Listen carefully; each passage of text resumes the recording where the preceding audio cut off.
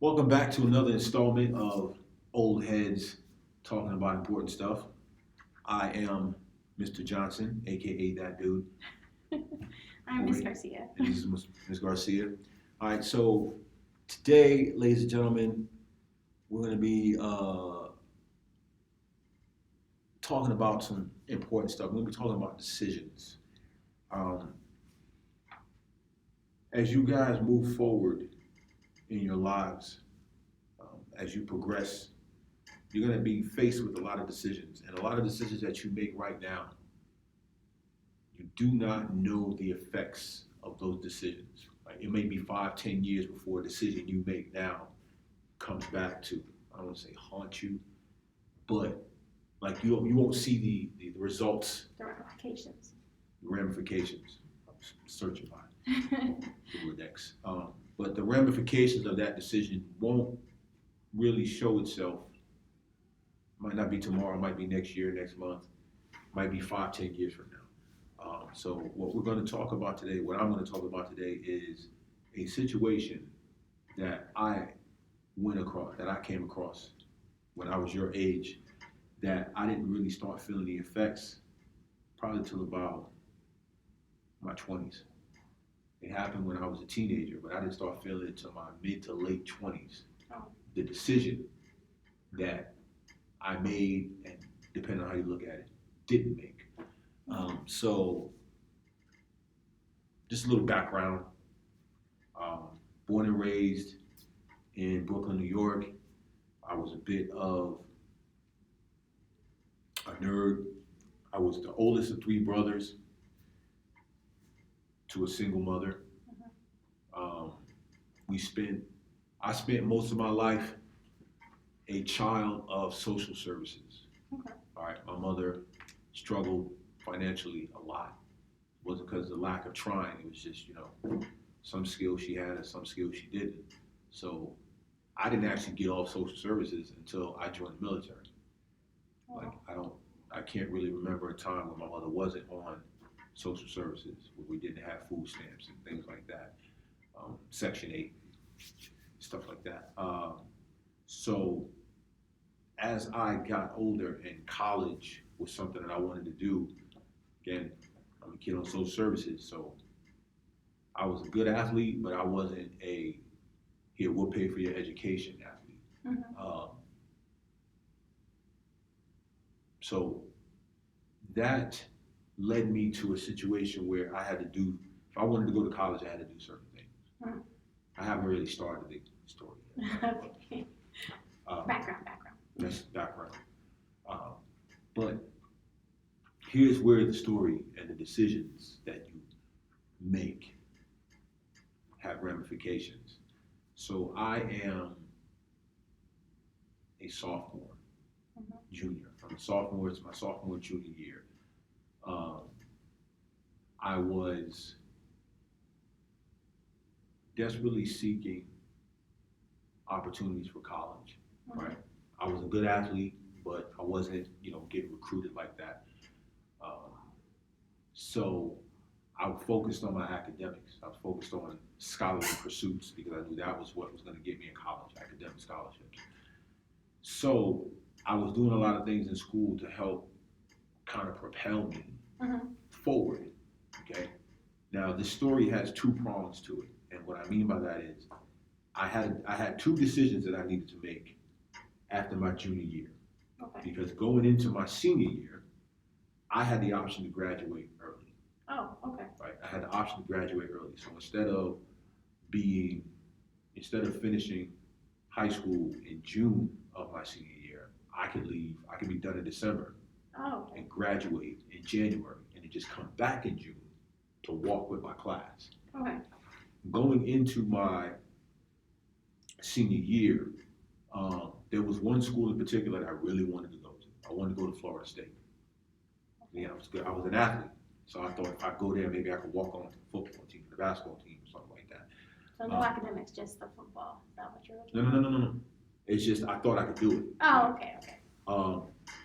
Because I knew I wasn't going there for athletics. Yeah. I would have to go there and walk on. Okay. So what happened was I applied to Florida State. Okay. I had a good GPA. I did well on my SATs, and I was a poor black kid from New York of a single mother. Yeah. So I checked all the affirmative action boxes. I checked the academic box. I checked all the boxes. Yeah. Right? So I applied to Florida State. So this is where the decisions start to happen, right? Because I sent in the application, and then I got a letter in the mail from Florida State. Mm-hmm. Now, at first, I thought I got accepted, but then I opened up the letter, Mm-hmm. and I hadn't been accepted yet. They had my application, Mm-hmm. but apparently, I'd forgotten to pay the application fee. Oh, but was it waived? That's where the decisions come in, right? Okay. So there was a way for me to get the application fee waived. Yeah. Because of my socioeconomic status. Yeah. All I had to do was say, hey, this is my situation, and the application fee would have been waived. Yes. Application fee gets waived, I probably would have got accepted. Like I was on the cusp of getting accepted to Florida State. It was just that one last hurdle. It was that one last hurdle. Okay. I did not know, because I did not ask my counselor about a fee waiver for the application. I just thought, oh well, I don't have. I think the application fee was like $45. Yeah, back then it was about $45 to $50. Now, when you're me in that situation, that's a lot of money. That was a lot of money in my house, believe it or not. Yeah. So me going to ask my mother for $45, had I asked her, she would have found a way to give it to me. Obviously. But I didn't want to burden her like that. Yeah. So I made a decision to pass on Florida State. I mean, okay, so I'm just gonna ask because we're relatively the same age, like we're like a year apart, and I also had similar issues. But did you never read the application fee thing? Because it says on the application fee there was a waiver. Because I knew because I used that waiver. No. Okay, so. No, that's what I'm trying to say. I didn't. You didn't read. Because when I filled out the application fee, when I filled out the application fee waiver was on a separate form. was on a separate form that I had to go through my counselor for. Oh. I did not do that. Okay, see, and when we got them here in Texas, it came as a packet. So that's what, okay. It was just an application. That makes sense now. And then it says application fee is whatever. Yeah. So filled out, but there's like, hey, you owe us $45. Yeah, which is a lot of money. Yeah, especially when you're poor. Yeah, and especially back then, because it's not like a $45 fee now. It's back then that would have been like $100, like easily. Yeah, inflation and stuff. Yeah. So long story short is I never finished the process for Florida State, which I really wanted to go. And I kind of regret that sometimes.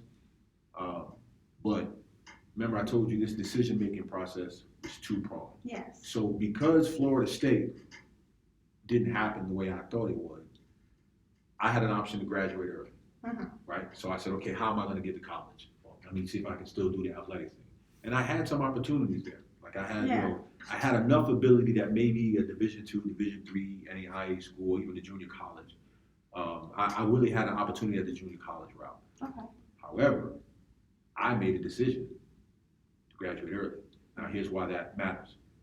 Here's where the decision really became critical. Because when my coach found out that my senior year I was going to graduate early, he sat me down. He said, "Hey, I really like your ability. I think you can help us. I think we're going to have a good team. I really got plans for you. However, if you're going to graduate early, meaning in January, that's right when our district play really heats up." So, okay, so what sport was this for? Just so I can... Basketball. Oh, okay, because I was thinking it was football. And... Yeah. Okay, So it's so basketball. I forgot that you got basketball. Yeah. So he gave me an option. He said, "Look, if you want to graduate early, that's up to you. But what I don't want to do is we start practicing in October. We don't start playing games in November. November, December is preseason, tournaments and stuff like that.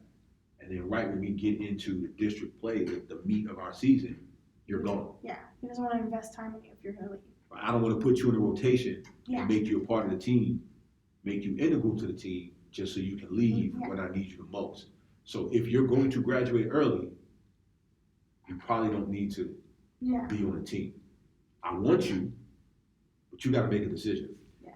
Now, this is one of the more pivotal moments in my life. Like this decision, I didn't really understand the ramifications of it until years later. Okay. So because I was like everybody else, oh, I'm so tired of school, I hate school, this, that, and the third, I decided I was just gonna go ahead and graduate early, right? I said I had the opportunity to get out of here early, I'm gonna go ahead and take it. So coach said, okay, that's what you wanna do. So that's what I did. Yeah. I did that first semester and said, hey, right now, you got all the credits you need to graduate. You don't have to come back for the second semester. Cool, I'm going, right? So I left, I was done. Well, what about college? I'll get there, right? Okay. Now, because I did that, we had a number of guys on the team that were getting recruited. Mm-hmm. Right? We had a number of guys that were getting recruited. One of my best friends on the team, his name was Eric Davis. He and I were of similar ability. Mm-hmm. And in some ways, I was kind of better than him. We were both really athletic, and we were going to be, in a rotational basis on the team. Obviously, because I left. I was gonna say because now you're not on the team. Right. So he got some more minutes. Yeah. Right. Technically, he got the opportunities that you would have gotten had you been on the team. And he ended up going. Again, we were of similar ability, right? So, but he ended up getting signed to a junior college, upstate New York. Okay. Right. So, I was actually kind of a better athlete. He had me in a couple areas, but we were again similar ability. So there's nothing to say that a similar opportunity wouldn't have happened for you. Oh, I absolutely would have went to Okay. junior college, Okay. and then my game would have developed from there. Because that did not happen, right? Those college opportunities did not come either athletically, and I walked away from Florida State. I ended up coming down to Texas. Okay. So was Florida State the only college that you Actually, no. Okay. There was another one. There was a school in Tennessee named Lemoyne Owen. It's an HBCU. And my chemistry teacher at the time, Miss Kennedy, she was black female. She was my chemistry teacher, and she took a liking to me. I took a liking to her. I was one of her favorite students because I was a sophomore. Remember I told you? Yeah. Sophomore. I was a sophomore in chemistry. Yeah. If you know anything about the sciences, that is a junior level class. I was in a room. I was also in chemistry. Yeah. So I was in a room with juniors and seniors, and she took a liking to me. And we had a college fair towards the end of my sophomore year, going into my junior year. She took me to this college fair. And one of the schools at the college fair was Lemoyne Owen College. Mm-hmm. It's in Tennessee. And they said, hey, she introduced, because she knew the people that were working the booth. Okay. She said, hey, I got this student, he's really smart. I think you should talk to him. He wants to go to college, money's an issue. So I had a conversation with the people at Lemoyne Owen College. Mm-hmm. They looked at my grades, my GPA, and they saw what I was doing. They said, we can get your education paid for. Okay. You don't have to pay a dime. Okay. I wasn't thinking Okay. like that, right? Yeah. So the long and short of this story is, right, we get so caught up in the moment. Mm-hmm. We get so caught up in what's in front of us, right, directly in front of us, we don't see what's out ahead of us. We don't see, it's hard to see the bigger picture. Yeah, because So- you said you came to Texas. What happened in Texas? So I came to Texas after, because my father was living down here, Mhm. and he was going to take me on some college visits. He was living in Fort Worth at the time. He took me to see TCU. We were right down the street from UNT, so he took me to see UNT. Mm-hmm. Obviously, I didn't go to TCU. I didn't go to UNT. I came down here. I was down here for about 4 months. He and I had some issues because I hadn't really seen him that much over the course of my life. And then I ended up going back to New York. Okay. And then that's when my uncle said, do you really want to go to college? Because he was in the reserves at the time. Oh, I always wondered how you got to So he the said, military. because all I wanted to do was go to college. So I'm back during the summer, Yeah. right? So it's around June, July. It's the summertime. He said, do you really want to go to college? I said, yeah, I do. I really want to go to college. Like, that's what I want to do. He said, well, you don't have any money. I said, no, I don't. So he took me to the recruiter's office. And the recruiter said, you really want to go to college? That's where they It's get 60 you. grand. Yeah, that's where they get That's you. all I heard. So I had a plan in mind. Okay, I'm going to go do this one contract, and then Yeah. I'm going to take my college money and I'm going to go off to college like I want to do. Well, obviously that one contract turned into 3 contracts and turned Yeah. into 20 years. And it's But war.